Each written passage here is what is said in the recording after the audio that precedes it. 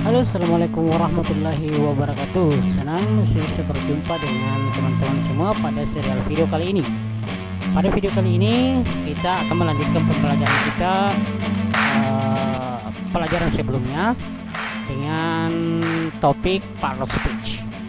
Nah, sekarang kita sudah berada pada pembelajaran kedua, yaitu noun, di mana noun ini merupakan bagian dari part of speech. Dari 8 part of speech itu ada kelas kata. Jadi kita akan bahas satu persatu. Jadi saat ini kita khusus membahas dulu tentang noun. Apa sih itu noun? Ya. Jadi noun disebut dengan a word that names a person, a place, a thing, or an idea. Jadi noun itu adalah kata yang digunakan untuk menamai seseorang, menamai orang, menamai tempat, menamai sesuatu, ataupun ide, gagasan, dan pikiran. Jadi itu adalah noun. Noun sendiri itu ada yang dikenal dengan istilah proper nouns. Proper nouns name a particular person, place, thing, or an idea and begin with capital letter. Jadi proper noun itu merupakan kata yang digunakan untuk menamai orang tertentu, tempat, sesuatu, atau ide yang cirinya itu biasanya diawali dengan huruf capital letter atau huruf besar, ya. Seperti ditemukan pada penulisan United States, June, nama-nama bulan, Laos, Indonesians, Polewali Mandar, Mamuju, Makassar, and so on, dan seterusnya. Jadi nama-nama khusus, ya, nama-nama tempat. Kemudian ada juga yang disebut dengan common nouns. Common noun ini kalau di bahasa Indonesia kan disebut dengan kata benda umum. Yang mana itu? Jadi ini do not name particular person, tidak menamai seseorang tertentu, tempat, ataupun tidak membutuhkan huruf kapital atau huruf besar di awalnya. Jadi umum, ya, yang paling sering kita jumpai, ya, seperti country, month, school, and so on. Jadi secara umum ini dia. Jadi noun itu adalah kata yang digunakan untuk menamai atau menyebut orang, benda, tempat, ataupun ide. Dengan kata lain, kata ini menunjuk pada benda fisik ataupun konsep abstrak. Jadi ada yang namanya kata benda konkret atau bisa dilihat secara fisik langsung, bisa disentuh. Adapun ada juga kata benda abstrak seperti misalnya ide, love, cinta, hobi. Itu semua adalah kata benda juga, namun dia kategorinya abstrak. Jadi noun dapat dicontohkan dengan kata-kata seperti yang sudah saya sebutkan tadi. Lanjut. Jadi secara umum noun itu dikategorikan menjadi dua berdasarkan pembagiannya, ya. Ada benda dalam bentuk fisik atau concrete noun. Ada juga abstract noun. Benda konkret atau concrete noun itulah benda yang bisa kita sentuh, bisa kita lihat, bisa kita raba secara langsung. Bendanya bisa kita sentuh. Seperti apa contohnya? Nah, ini dia. Seperti table. Table itu paling sering kita temukan, bisa dipegang kan, bisa disentuh, bisa diangkat, dan lain sebagainya. Artinya bisa dilihat secara langsung, konkret, ya, bendanya konkret. Seperti table, meja, house, rumah, phone, telepon, floor, lantai, water, wine, glass, dan lain sebagainya. Jadi itu merupakan contoh-contoh konkret noun atau benda fisik. Kemudian kategori yang kedua ada yang namanya abstract noun atau konsep abstrak dalam bentuk dia tidak bisa dipegang. Seperti apa itu? Contohnya ini dia. Time, waktu. Jadi dia juga merupakan bagian kata benda, tapi dia disebut kategorinya abstrak, ya, karena you tidak bisa pegang. Ide, idea. Jadi ide juga begitu. Opinions, opini atau pendapat. Age, umur. Difficulty, kesulitan. happiness, kebahagiaan, loyalty, dan lain sebagainya. Jadi itu merupakan contoh-contoh. Nah, dari kedua kategori ini atau dicontohkan ini, maka kita dapat melihat bahwa noun itu tidak hanya merujuk pada benda yang fisik saja, benda yang konkret saja, tetapi juga ada yang namanya abstrak. Jadi mengapa kita perlu ini membedakan, supaya ketika kita mempelajari bahasa Inggris, bagaimana menyusun frase, menyusun kata, menyusun klausa, menyusun kalimat, itu memudahkan kita untuk memahaminya. Karena inilah merupakan dasar-dasar pembelajaran bahasa Inggris, ya. Jadi itu.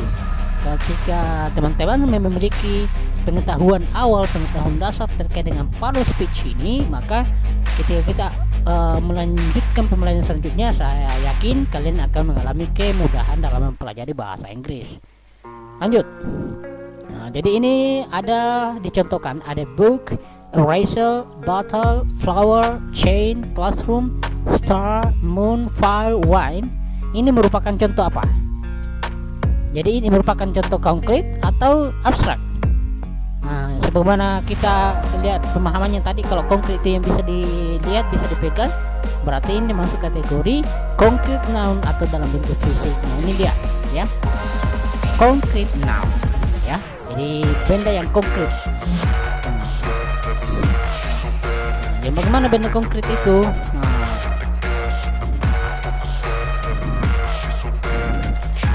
Jadi ini dia contohnya benda konkret noun. Lanjut.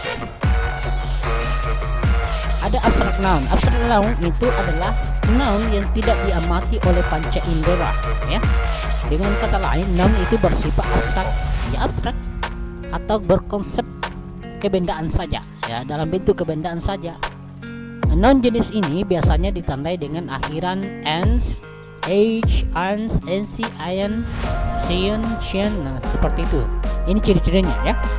Apa contohnya? Saya berikan contoh, ya. Nah, ini dia. Happy, dari kata happy, dari kata sifat, ya, happy artinya bahagia, menjadi sebuah kebahagiaan. Kebahagiaan yang ditambahkan dengan ness, jadi happiness, ya. Emergency, dari kata emergence, artinya emergency, penting sekali. Emergency. Falsehood, freedom, communism, motivation, affection, idea, love, spirit, life, time, age, dan lain sebagainya. Jadi silakan cari sendiri, ini artinya dalam bahasa Indonesia, ya. Jadi itu adalah contoh-contoh dari abstract noun. Happiness itu kenapa sebagaimana tadi definisinya, yang tidak bisa kita pegang langsung happiness, ya. Jadi kita tahu bahwa kebahagiaan, misalnya kecerdasan, intelligence, ini juga masuk kategori kategori abstrak noun. Jadi pembentukan abstrak noun itu bisa berasal dari adjektif, bisa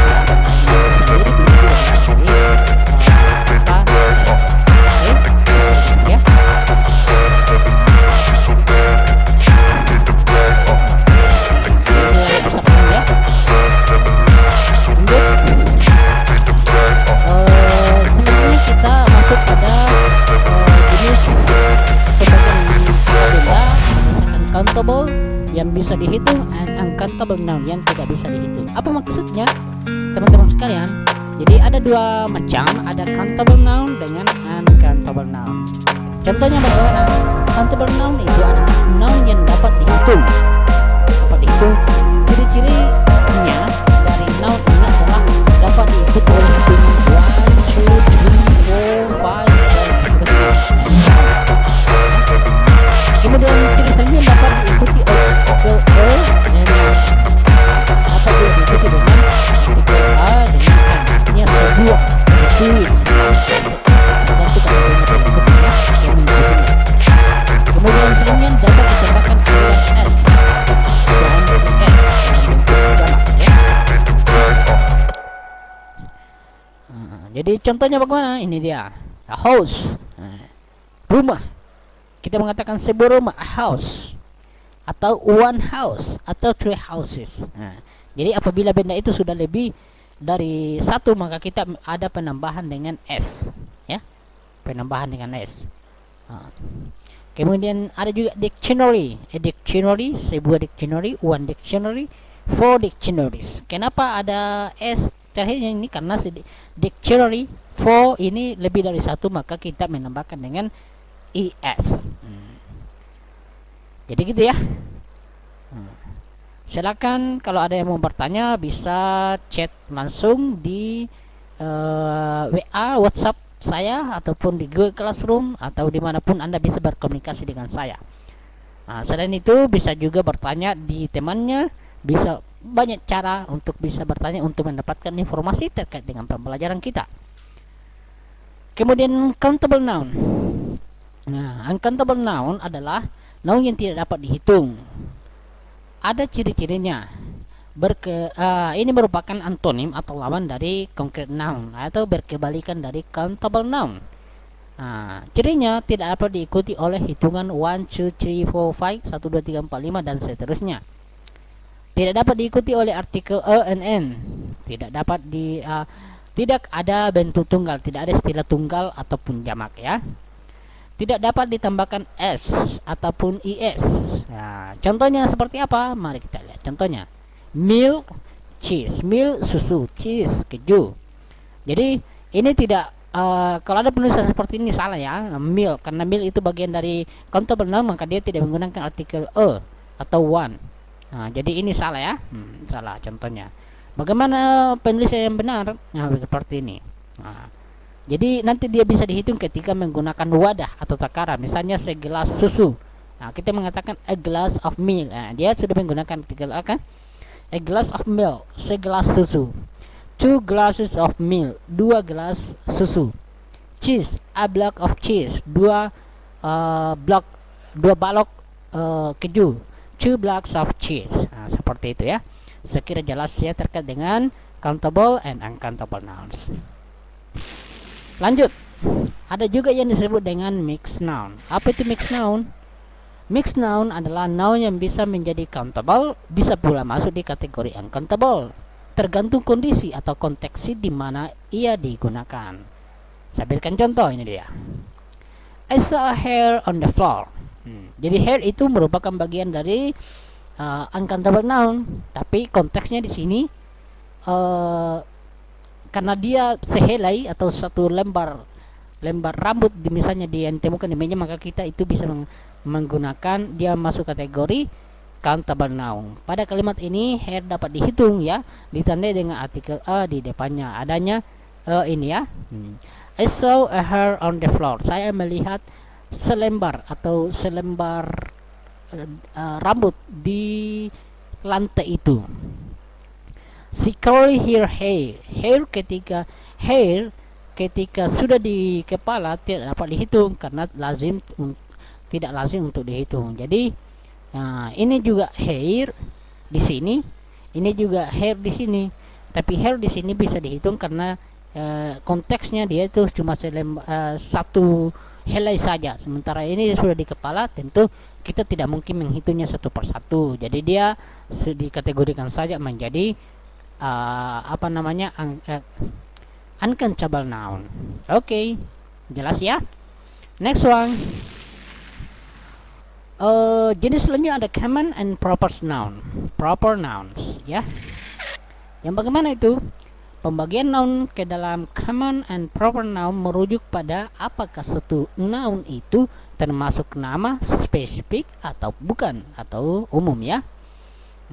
Kita lihat. Nah, ini contohnya. Person, city, country, month, restaurant, park, hall, pond, dan lain sebagainya atau seterusnya, ya. Ini merupakan common noun.